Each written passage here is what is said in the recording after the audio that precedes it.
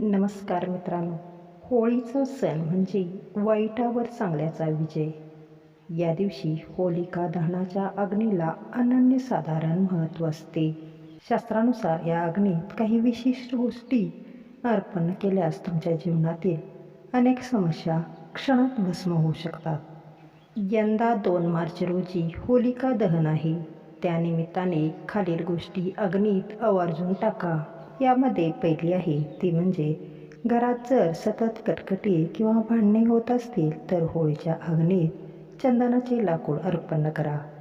चंदनाच्या सुगंधाने आणि त्याच्या प्रभावाने घरातील वातावरणात शांतता येते आणि घरातील क्लेश दूर होण्यास मदत होते.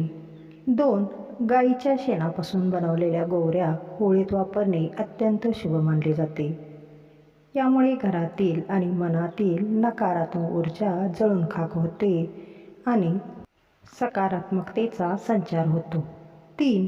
जर तुमच्या घरात वारंवार कुणी आजारी पडत असेल किंवा आरोग्याच्या समस्या असतील तर कापूर, लवंग आणि विड्याचे पान एकत्रितपणे होळीत अर्पण करा. यामुळे अनारोग्य दूर होऊन कुटुंबाला उत्तम स्वास्थ्य लाभते. 4. नवीन धान्याची पूजा करण्याची आपली परंपरा आहे.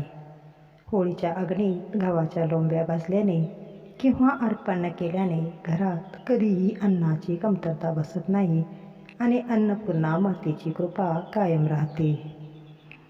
5. आहे ते म्हणजे आपल्याला पैशाची उणीव भासत असेल किंवा कर्जाचा डोंगर वाढत असेल तर होळीत थोडी यज्ञसामग्री अर्पण करा. यामुळे देवाची विशेष कृपा राहते आणि उत्पन्नाचे नवे मार्ग मोकळे होतात. 6. वास्तुदोष, नजरदोष किंवा कुंडलीतील ग्रहदोषामुळे कामात अडथळे येत असतील तर काळे तीळ हातात घेऊन अग्नीत टाका. यामुळे अनेक प्रकारचे दोष आणि बाधा दूर होतात. 7. एका नारळाला तूप लावून ते होळीच्या अग्नीत अर्पण केल्यास मनातील मरगळ आणि नकारात्मकता दूर होते.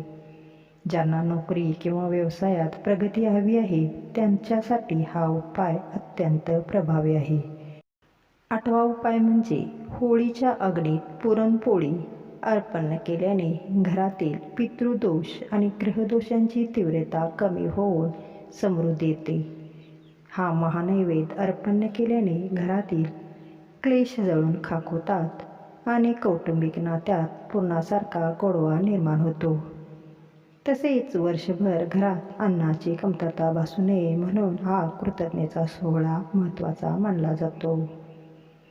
धन्यवाद. श्री स्वामी समर्थ.